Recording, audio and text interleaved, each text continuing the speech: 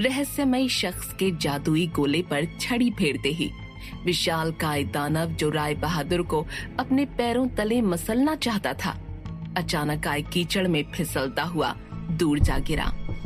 अचानक उमड़े इस अजीब चिपचिपे कीचड़ को देख राय बहादुर हैरान थे, मगर अब वो सुरक्षित भी थे।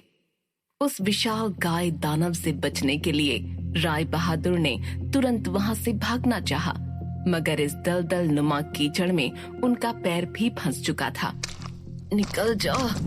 इधर श्रावणी नरभक्षी के हाथों में आने ही वाली थी कि तभी ऐन मौके पर झरने के आसपास जमी काई पर उसका पैर फिसल पड़ा और पेड़ों की टहनियों पर लटकती टकराती वो जमीन पर आ गिरी। पत्तों के ढेर पर गिरने के कारण वो सुरक्षित थी, तो वहीं नरभक्षी अपने शिकार को दूर जाता देख गुस्से में तमतमा उठा।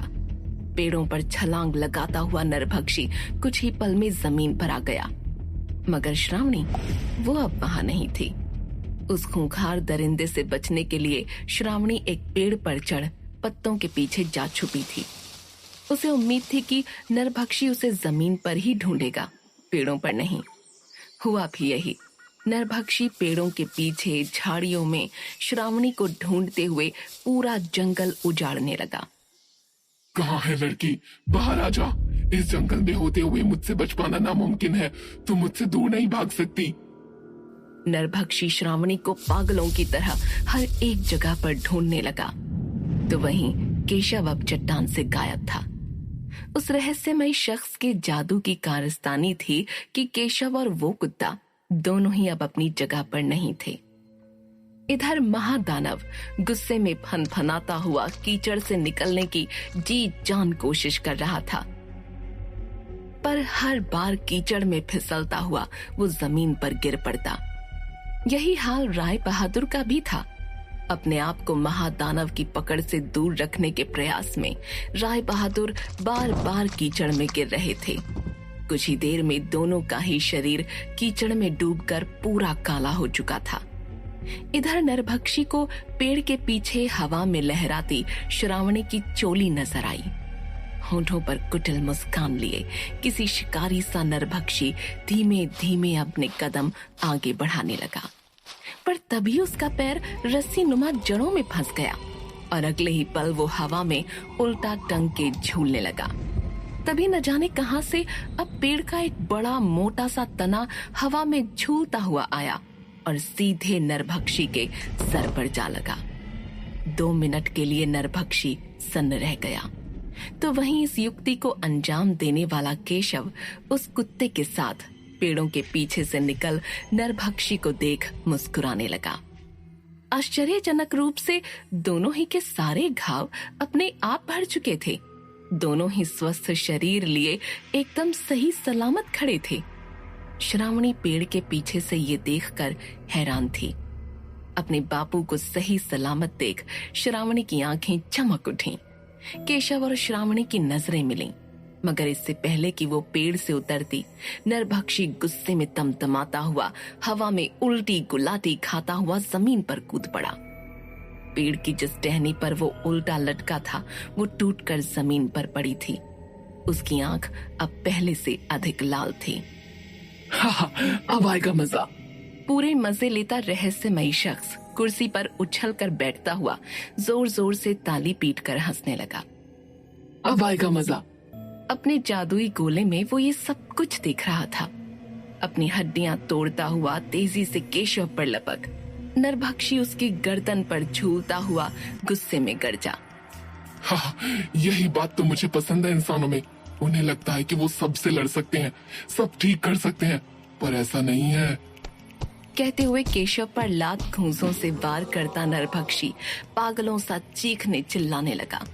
मासूम कुत्ता भाग पाता उससे पहले ही बड़ी क्रूरता से उसे नरभक्षी ने उठाकर अपने दांत गड़ा दिए। कुत्ता दर्द में कराह उठा।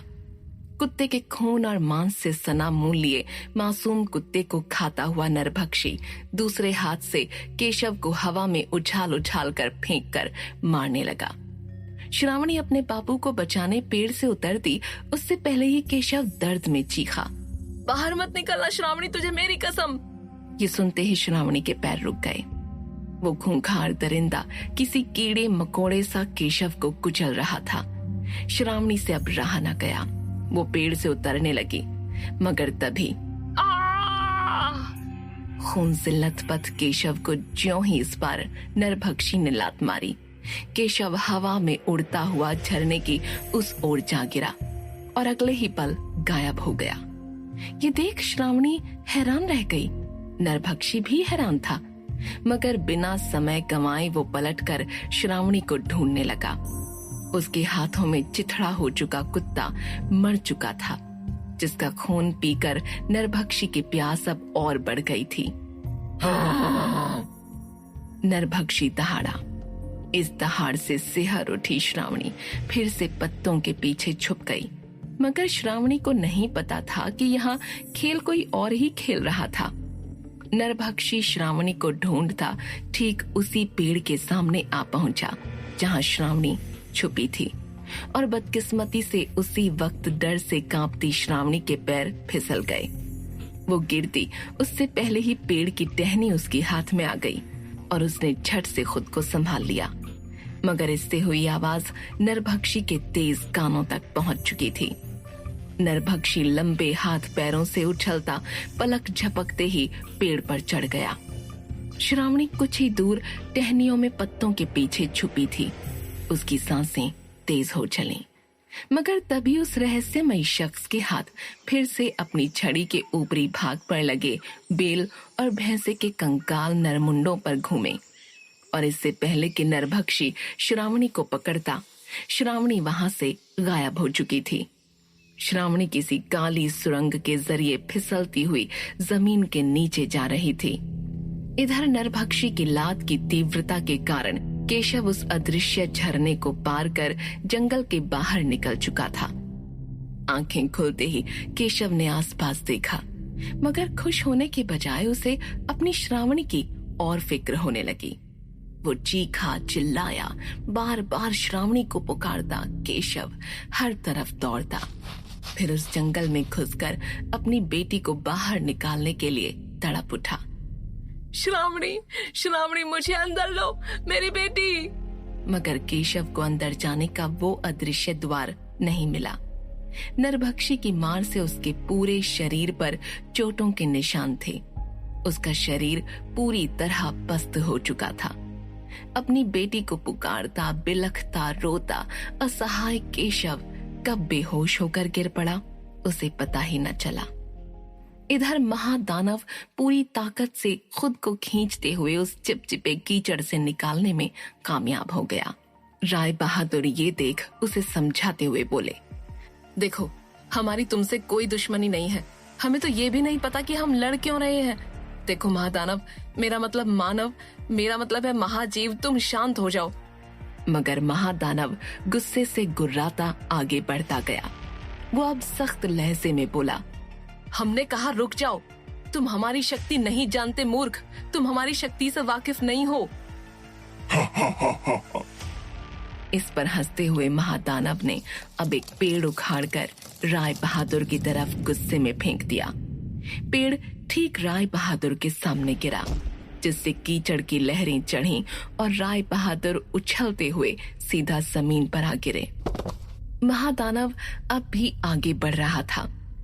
देखो दोस्त, ये बराबर की लड़ाई नहीं है। न हमारे पास इस वक्त हमारी शक्तियां हैं और तुम्हारे पास तो 4-4 हाथ हैं। देखो, ये युद्ध नियमों के खिलाफ है। मैंने कहा रुक जाओ। इधर सुरंग से होती हुई श्रावणी धप से एक गुफा में जा गिरी। चारों तरफ से बंद इस गुफा में आने का बस एक ही रास्ता था, वो सुरंग जो श्रावणी के ऊपर थी। इतनी पतली सुरंग से वापस चढ़ पाना संभव नहीं था। गुफा में दोनों तरफ जलती आग की मशालें थीं। श्रावणी ने उछलकर कई बार वापस सुरंग में चढ़ने का प्रयास किया, पर वो काफी ऊपर थी। श्रावणी का डर धीरे धीरे बढ़ता जा रहा था। तभी किसी ने चिल्लाते हुए कहा, नीचे बैठ जाओ। श्रावणी का शरीर कांप उठा। आसपास कोई भी नहीं था। तभी अचानक अपने आप गुफा के बीचों बीच एक मशाल जल उठी और सामने था मिट्टी से बना कीमती रत्नों से जड़ा एक सिंहासन। सिंहासन पर कोई भी नहीं था।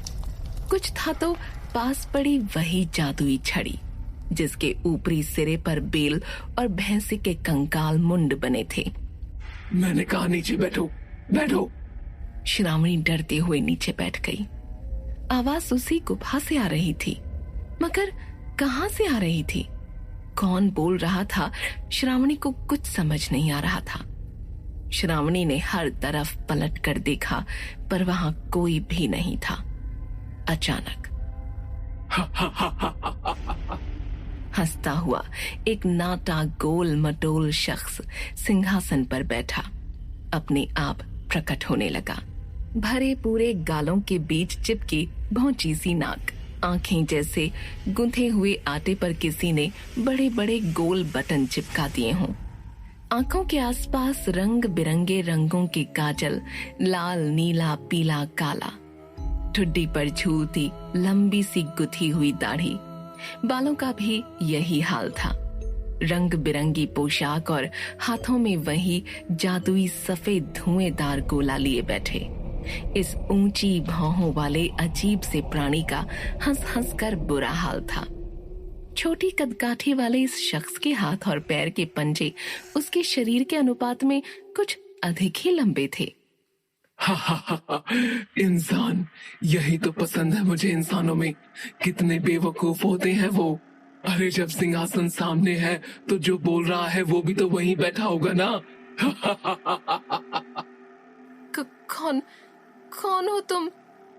श्रावणी की तरफ हैरानी से देखते हुए ये शख्स जादुई गोले को हवा में कुछ ऊपर उछाल, चेहरे पर गंभीर भाव लिए सिंहासन के दाईं ओर झुका और उसकी हंसी फिर छूट गई। किसी के घर जाकर कोई इससे पूछता है कि कौन हो तुम? ओह, रुक जाओ। हंस हंस के मेरा ये सुंदर पेट दर्द करने लगा है। जहाँ श्रावणी इस अजीब से दिखने वाले प्राणी को देख हैरान थी, तो वहीं ये बौना प्राणी हर बेतुकी बातों पर छाती पीट पीट कर हंस रहा था। देखो, तुम जो भी हो, तुम्हारी दुश्मनी मुझसे है। मेरे बापू को छोड़ दो, मैं तुम्हारे हाथ जोड़ती हूँ। कहते हुए श्रावणी ने उसके सामने अपने हाथ जोड़ लिए, जिसे कुछ पल हैरानी से देखकर वो फिर हंसने लगा। हाथ जोड़ लिए मतलब? इससे क्या हुआ? मुझे कुछ मिला? नहीं। कुछ बदला? बिल्कुल नहीं।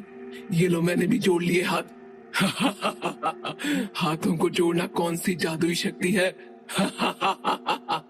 कहते कहते ये शख्स फिर हंसने लगा। ओह बेवकूफ इंसान। पिताजी सही कहा करते थे, दुनिया में सबसे बेवकूफ प्राणी इंसान है।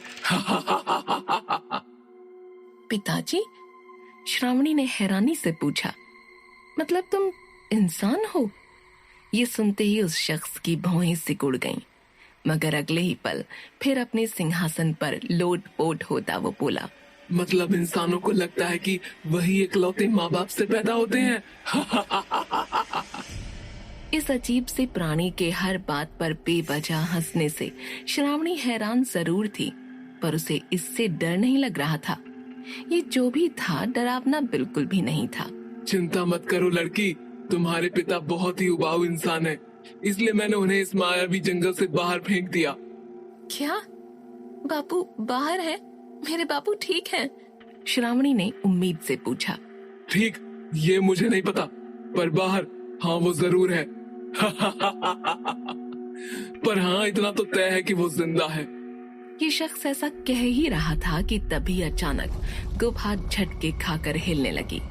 श्रावणी गुफा में लुढ़ककर इधर से उधर झूलने लगी, तो वहीं ये बौना शख्स झुंझलाकर बोला। अरे आप कौन है? पहली बार इंसान से आमना सामना हो रहा है। और ये? कहते हुए उसने अपने जादुई गोले में देखा। महादानव राय बहादुर का पीछा करता जंगल के अंदर बह रहे छोटे तालाब के किनारे पर जमीन को हिलाता दौड़ रहा था। बार बार इस दानव को चकमा देकर राय बहादुर अब थकने लगे थे। बस बस, बहुत हुआ, अब समय आ गया है, करो या मरो का। शक्तियों के बिना लड़ने का समय आ गया है। मैं बस यही सोच रहा था मैं बेवजह तुम्हें न मारूं, पर लगता है तुम्हें शायद मेरे हाथों ही अपनी जान गंवानी है। राय बहादुर का यूं कहना ही था कि महादानव अचानक कांपने लगा। उसके पैर कांप रहे थे। राय बहादुर हैरान थे। मैं तो बस यूं ही बोल रहा था, ये तो सचमुच डर गया। सुनो, अरे कोई बात नहीं, डरो डरो मत, अब जाओ, मैं तुम्हें नहीं मारूंगा, राय बहादुर ने बनते हुए कहा। पर उस महादानव के कांपने की वजह कुछ और ही थी।